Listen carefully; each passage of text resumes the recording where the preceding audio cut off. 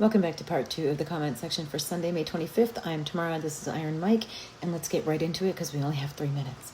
So where we left off on the last episode for today, part 1, is kind of going back to the beginning and just saying, okay, what did he get charged with anyway? Things are getting convoluted quickly. It's day 14. We've all learned a little bit more about the law now. Let's try to exercise it.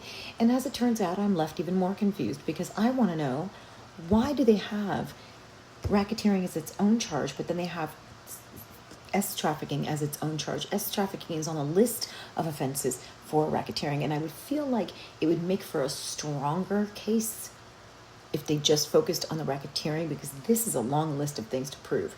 And then I wonder, like, how they can fragment this, because each one of these is a very difficult thing to prove. Every one of his charges is so difficult to prove. But anyway, not why we're here, but that's my opinion. We've already read the comments for today, so right now we're just going to go back into where I know we're going to be headed, which is Tuesday.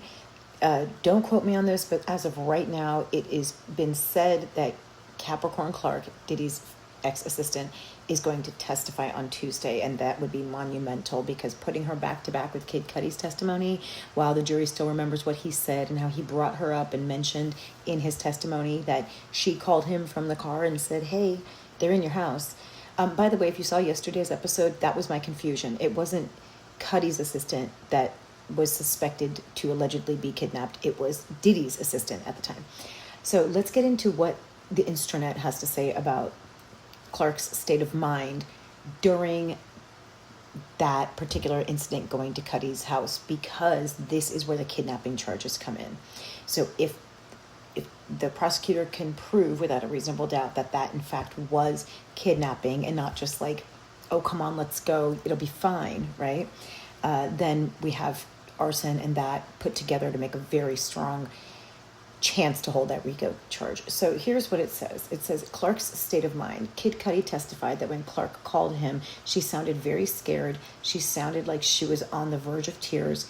He also stated that Clark told him she was forced, in quotes it says, forced to go along with them over there, indicating that she was not there willingly. All of this is alleged, of course. This suggests that Clark was under duress and felt compelled to accompany Diddy to Kid Cudi's house.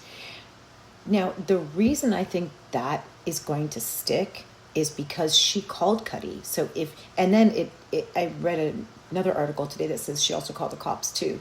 I don't know if that's true or not. Please don't quote me. Do your own research. Anyway, the fact that she called Cudi while it was actually happening looks really good for the prosecution. Anyway, this wraps it up for this one. I'll see you on part 3.